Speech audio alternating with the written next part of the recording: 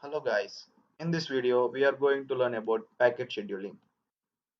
Packet scheduling refers to the decision process used to choose which packet should be serviced first or which package has to be dropped. There are now coming to the packet scheduling algorithms. There are a number of packet scheduling algorithms.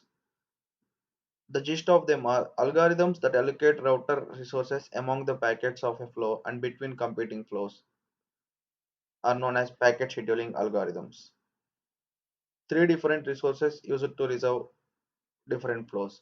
They are bandwidth, buffer space, and CPU cycles. Now coming to the first approach, FIFO is also known as first in first out priority queue. The oldest entry of the queue is processed first, or the first entry of the queue will be processed first. Simple to implement. The FIFO is very simple to implement, but it is not suited to provide good quality of service when there is a multiple flow.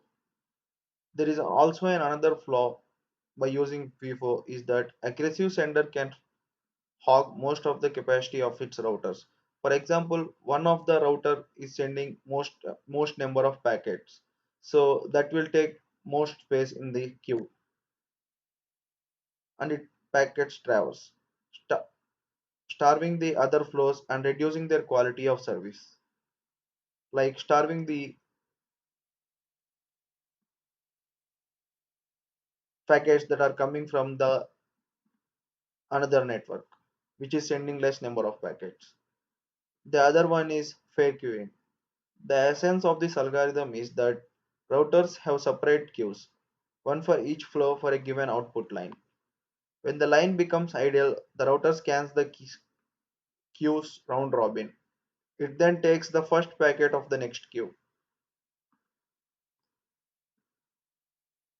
In this way, with n hosts competing for a output line, each host gets to send one out of every n packet. It is fair in that sense that all flows get to send packets at the same rate. So all the flows will get a same rate of sending packets. There is a flaw by using this fair queuing method is that it gives more bandwidth to hosts that use large packets than to hosts that use small packets. So by using this method, the hosts which are using large packets will be beneficial than the hosts that are using small packets. There are also other scheduling algorithms like priority scheduling. Like in this priority scheduling algorithm, high priority packets are always sent before any low priority packets.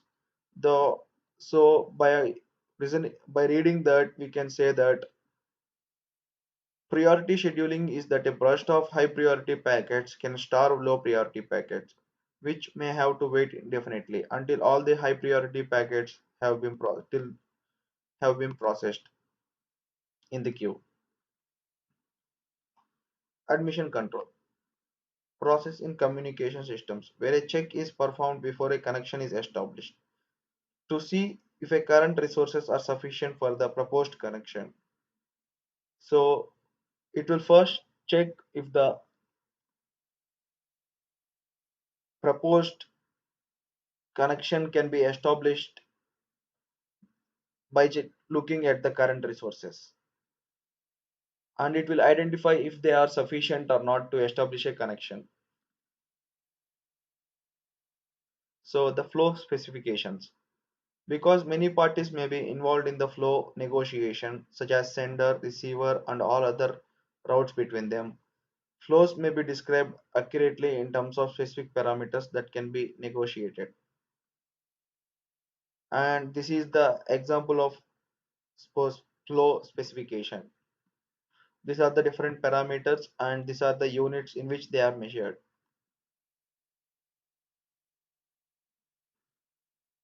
Thank you.